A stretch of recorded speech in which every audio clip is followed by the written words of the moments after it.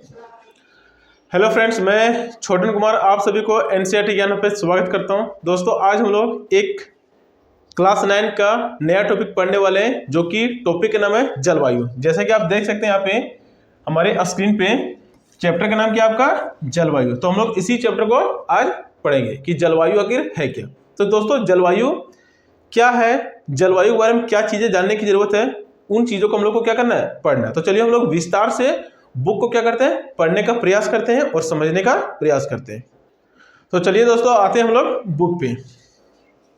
तो दोस्तों, देखा कि यहाँ पे हम लोग देख सकते हैं क्या बोला कि पिछले 2 अध्याय में आप हमारे देश की स्थलाकृतियां और अफवाह के बारे में पढ़ चुके हैं। दोस्तों, इसके पहले हम लोगों ने जो ऑफलाइन क्लास में पढ़े थे उसमें हम लोगों ने स्थलाकृतियां और अफवाह के बारे में पढ़ चुके हैं। तो दोस्तों, स्थलाकृतियां और अफवाह क्या होता है, तो किसी भी क्षेत्र के प्राकृतिक पर्यावरण को समझने के लिए आवश्यक 3 मूल तत्व है, जिसमें से 3 मूल तत्व में सबसे पहले आपका आता है एक स्थलाकृति, दूसरा आता है आपका अफवाह और तीसरा हम लोग को पढ़ना है वायुमंडलीय अवस्था, जैसे कि हम लोग इसको जलवायु भी बोल सकते हैं। तो दोस्तों, इन्हीं 3 टॉपिक के माध्यम से हम लोग किसी भी क्षेत्र का प्राकृतिक पर्यावरण को समझने का क्या कर सकते हैं, प्रयास कर सकते हैं। तो ये 3 मौलिक तत्व है जिसकी वजह से हम लोग कोई भी प्राकृतिक पर्यावरण को समझ सकते हैं। तो चलिए दोस्तों, हम लोग आते हैं थोड़ा सा आगे।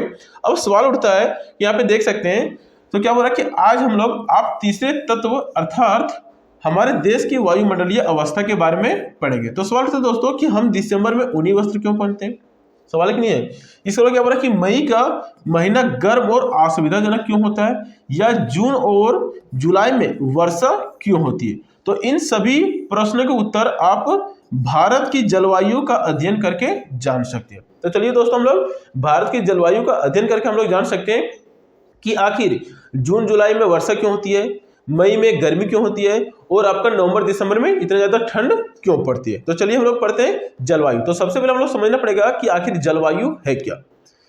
तो चलिए हम लोग देखते हैं कि जलवायु आपका क्या है। तो दोस्तों, यहाँ पे देख सकते हैं कि एक विशाल क्षेत्र में लंबे समय अवधि लगभग 30 वर्ष से अधिक में मौसम की अवस्थाओं तथा विविधताओं का कुल योग आपका जलवायु कहलाता है। तो दोस्तों, जलवायु को यहाँ पे डिफिनेशन हम लोग देख चुके हैं। क्या देख चुके हैं कि एक विशाल क्षेत्र में लंबे समय अवधि लगभग कितना वर्ष, 30 वर्ष से अधिक में मौसम की अवस्थाओं तथा विविधताओं का कुल योग आपका जलवायु कहलाता है। तो दोस्तों, ये हो गया आपका जलवायु। अब हम लोग देखने का प्रयास करते हैं कि आपका मौसम क्या है। तो दोस्तों, मौसम क्या बोल रहा है कि एक विशेष समय में एक क्षेत्र के वायुमंडल की अवस्था को बताता है।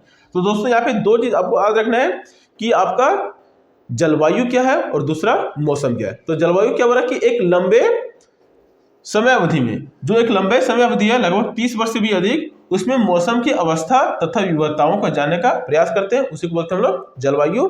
और आपका मौसम क्या है, तो एक विशेष समय में एक क्षेत्र के वायुमंडल की अवस्था को बताता है। तो ये आपका जलवायु और मौसम में हम लोग अंतर स्पष्ट कर सकते हैं कि एक छोटा समय अंतराल को दिखाता है और एक लंबे समय अवधि को दर्शाता है।